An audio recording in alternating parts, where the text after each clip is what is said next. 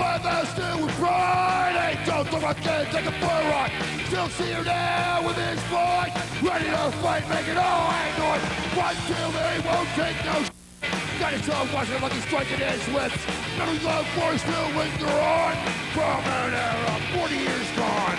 Still a hoodlum measure all these years.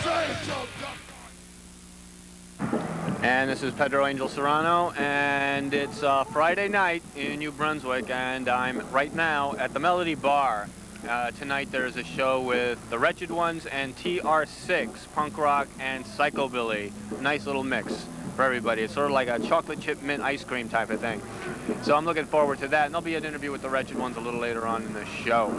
And I'd like to comment on a very positive review in a zine called Rude International. And I do want to make a clarification, though, because I think the guy misunderstood something that I said, was talking about yuppie larvae and stuff in an interview I did. And it kind of deals with the issue of pop commercial media when it looks at subcultures, like the skinhead subculture, punk rock or ska, and things like that. It's despite the massive resources that they've got, like at Spin or Rolling Stone, they seem to get it wrong constantly. And the Spin article on skinheads and Oi was just like the most glaring example. And it just seems to like bring out a lot of like kids who truly know nothing, which is fine. Everybody like comes into the scene like usually knows nothing. That's perfectly fine. It's just that after an article in one of these magazines comes out, there's so many of them. It's just kind of overwhelming. So if you're like a kid and you're like into the scene but you really know nothing, come on down. It's fine. But you know, come on down and ask questions. It's not about automatically being a tough guy and wanting to get into fights and all that other kind of stuff. It's about like having a good time and seeing some bands and hanging out with some good people and learning to take something seriously in your life. That's a big part of what it's about. So I'm going to be going inside in a second and you'll see me there. Yeah, I'll be right back after this.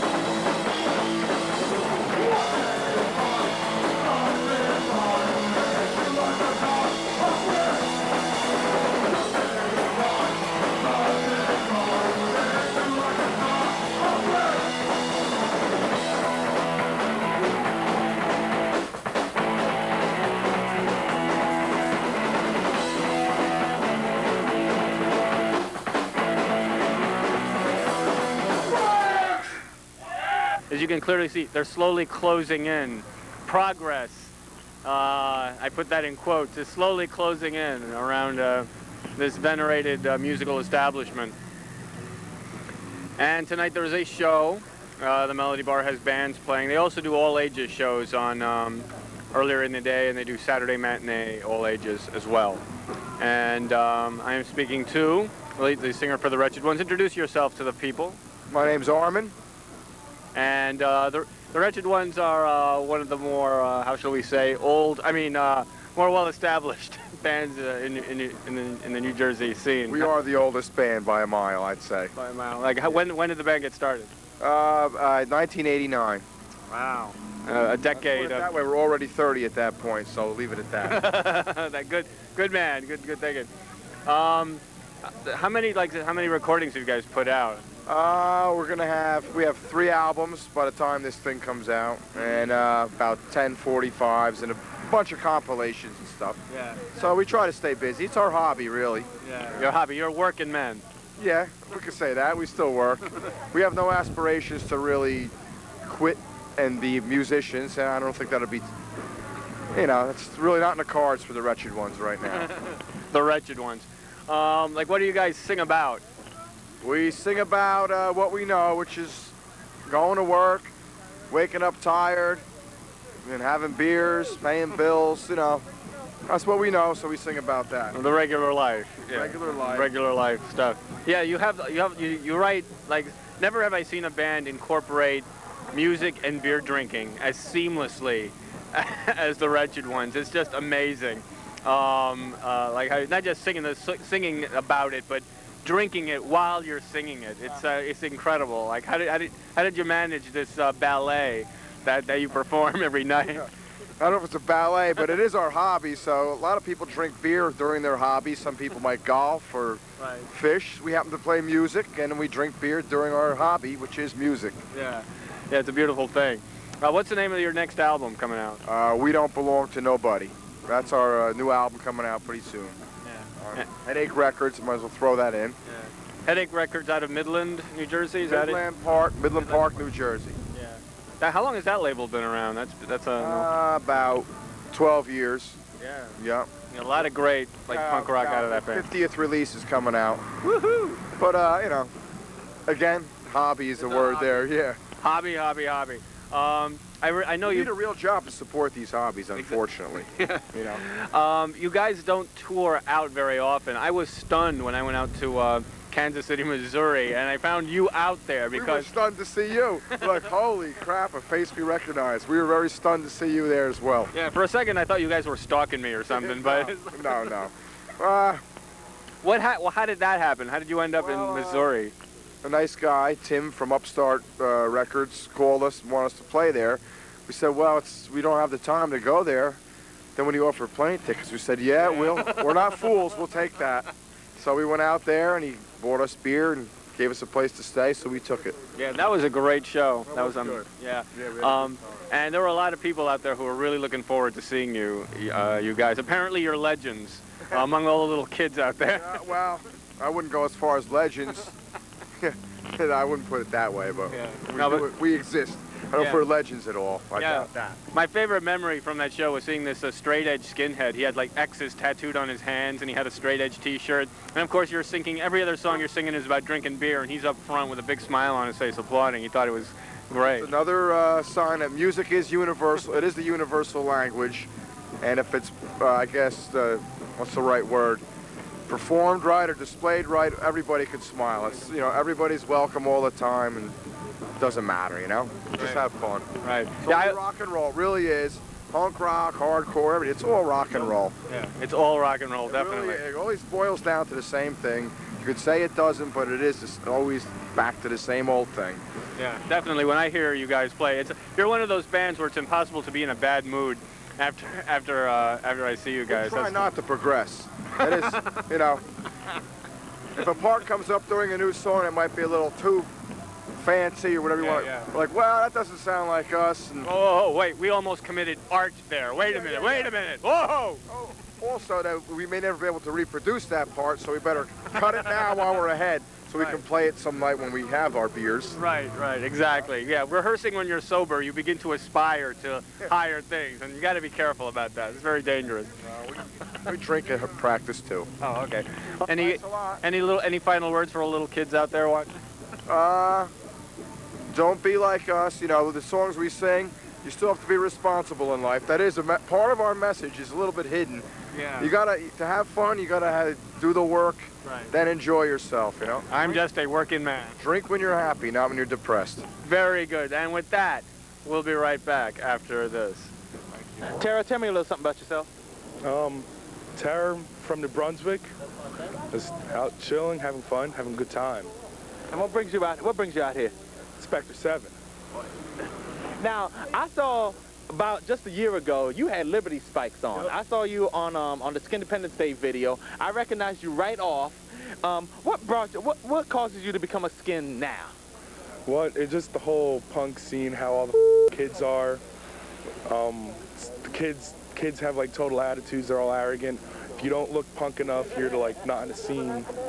And it's like I said, it. I was brought up with skinheads, like not brought up, like friends with like first skinheads, not punks. And that's about it. Right. And what would you say to those who say that skinheads is a race? You've had your share of battles with Nazi punks. Why don't you tell people about your confrontations? Well, one of them, it was down in Philadelphia. It was like people were thinking I was a Nazi. Almost got involved in a drive-by. That was fun. And like then down at Stone Pony, there's little like Nazi punks think they're all tough. And I don't know when that even started. You mean the one where the rainer got hit with a bottle? Oh, that was fun.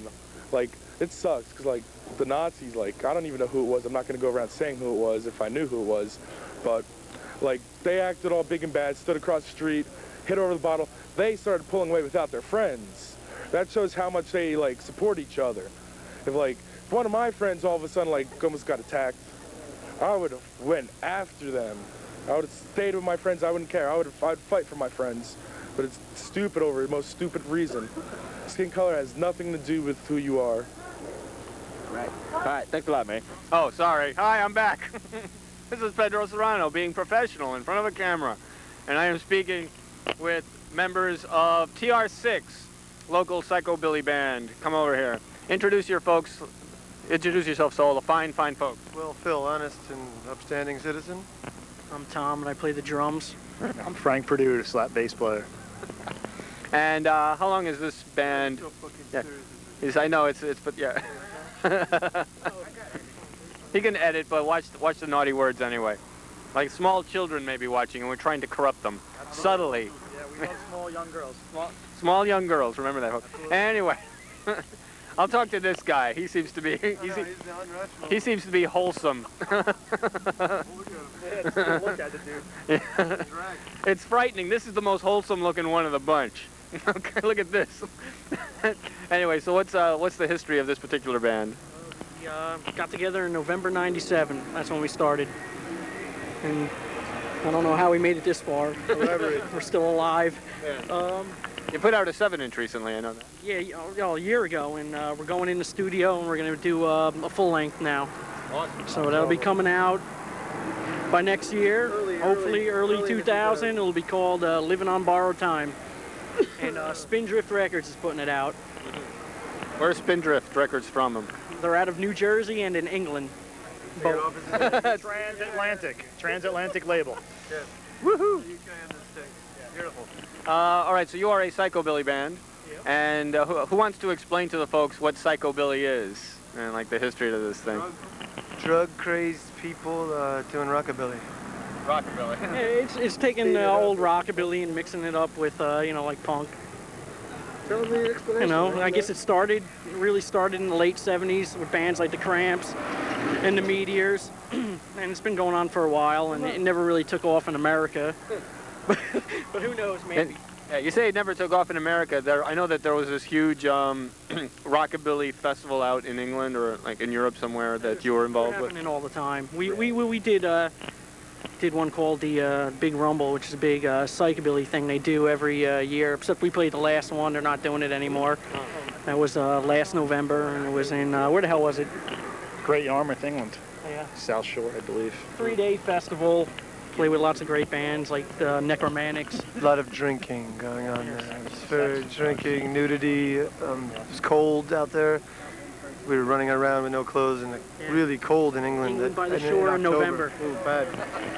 Yeah, was it November? Yeah, Yeah. October, Last November, 98. The whole thing's a blur to me. So that's November of '98. You're out in the cold, naked in England at a rockabilly festival.